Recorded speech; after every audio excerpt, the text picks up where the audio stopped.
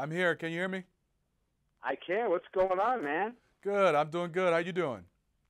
Oh man, it's great to speak to you. Big fan of your career, the player and an analyst. I appreciate I it. heard you're, yeah, man. I heard you're doing some work with Harley Davidson, the Live Your Legend campaign. Yes. How does a 6'8" guy even fit on a motorcycle? Well, a 6'8" guy can't fit in pretty things, most things, but you just make it work. It's got to be like riding a tricycle. I can get my feet down quick. So talk about the campaign and how you guys partnered up.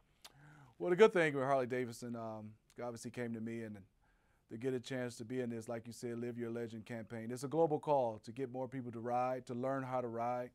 And obviously, for more information, you can go to hd.com, harleydavidson.com. You know, my first thoughts of riding a motorcycle was behind my brother, holding on, getting a chance to hold on to him, and then getting a chance later on in life to be alongside him. But, you know, riding brings a bond. It's like almost like a team. As you can see, when most people get a chance to ride, sometimes you're riding alone, but when you get a chance to ride with a group, you feel a part of something special. And so getting a chance to be a part of this is special to me. Speaking of special occurrences and things you never forget, obviously we're getting into the NCAA tournament this week, and in 1991 you had a game-winning shot in the first round of the NCAA tournament against Wisconsin Green Bay, which is pretty much what every guy dreams about growing up playing basketball. What do you remember about that? Well, I do remember, being in that situation where we were the higher seed, expected to win, and then coming down to a possible losing, and getting a chance to hit that game-winning shot, like you said, is a dream come true. Everybody wants to be able to have that situation. You'd rather be an underdog trying to win and hit that situation versus a team that was predicted to win. But no matter what, the big thing in March is to win and move on, even if you win ugly. But it was a great, special moment to me. Still remember the play, still remember coming off, making the shot, and then a little bit of a celebration. That's right, which you earned. Also talking about your career at Michigan State, 6'8" point guard coming out of Highland Park, Michigan. The Magic Johnson comparisons are endless, I'm sure. When did they start, and how were you able to live up to all that and in a lot of ways exceed it? I mean, just the pressure of that must have been immense. Well, I think first of all, you give a lot of credit to Magic Johnson.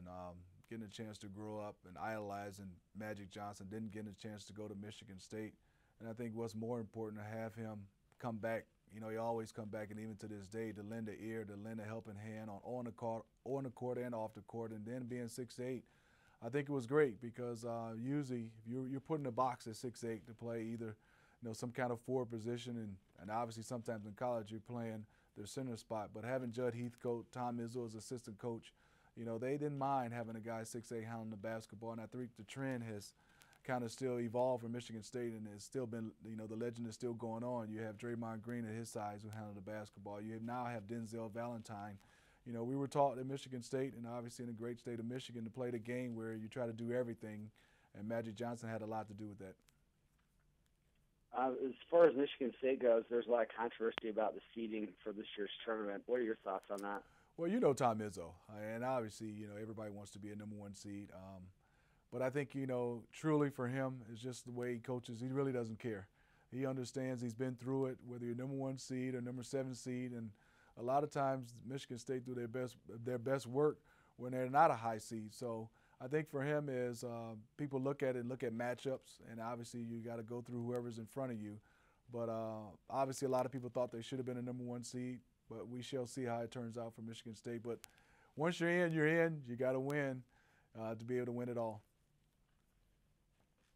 Once you turned pro, you had a really long pro career. And the other interesting thing, kind of relating to the pressure of Michigan State, being a top 5 lottery pick for a young franchise. What do you remember about that? You guys were exciting to watch back then. You just kept running into the buzzsaw that was the Chicago Bulls. I'm glad you said that, Paul. It seems like everywhere I turned, I kept running to Chicago, which like everybody else did. I kind of wish I was in a Western Conference when I first started my career, but I think it was very important. I think it helps you to go up against the best player and obviously the best team. Throughout my career in the NBA, I played 14 years. Michael won 6 rings out of my 14 years. I got a chance to squeeze one of them in San Antonio, but like you said, the pressure of playing, obviously a number 5 pick, but I think more importantly, you don't try to put that much pressure on you. You understand where you were selected and what's needed to be done. You just go out there and play basketball, and that's the great thing between those lines. You're getting a chance to play the game of basketball, and you're free. Once the horn goes off and the referee blows the whistle, you just go out there and play the best of your ability. Well, that's really the cool thing about watching your career, and even as an analyst, you just seem like you're such a smooth, happy guy. Is that pretty much the key to all this, is just enjoyment? I think so. I mean, I think sports has been such a great influence in my life, and obviously it's win or loss. You want to win, but I think you learn so much from losing. You learn the character of the game, the integrity of the game. You learn yourself, and I think you just try to get better. There's nobody I haven't seen yet. You know, the Golden State Warriors, the team now, we might have to start thinking about that can go 82-0 in the NBA game, and obviously there's been some college teams that have, you know, tried to go undefeated. But I think you go out there, you play the game, the camaraderie, the bond, the teammates, and obviously the game of basketball. I always say that little round basketball has taken me around the world. So I'm appreciative to it, and you know, I always try to play with a smile. The championship you won with the Spurs, what's it like to actually have the ring, the physical ring? You just stare at it sometimes. Where is the ring right now? Well, I don't want to tell you that secret. Then you'd be going to look for it. But you're way bigger than me, Steve. But obviously, it's great. You know, a lot of people don't get a chance to win a world championship. I mean, an NBA world championship.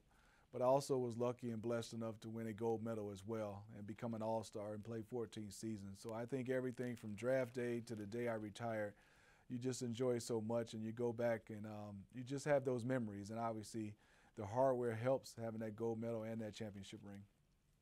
Final question: who wins a one-on-one game right now between you and fellow analyst, fellow Big Ten alum, former Ohio State player Jimmy Jackson? One-on-one right now. One-on-one right now, I think it'll be real ugly. We're both competitors. Me and Jim has been competing. One of my good friends. I think it'll come down to whoever can shoot free throws, if we're shooting free throws, because we'll both be fouling each other. Love it, Steve. Thanks so much for the time, man. Thank you, Paul. Appreciate you. Appreciate you.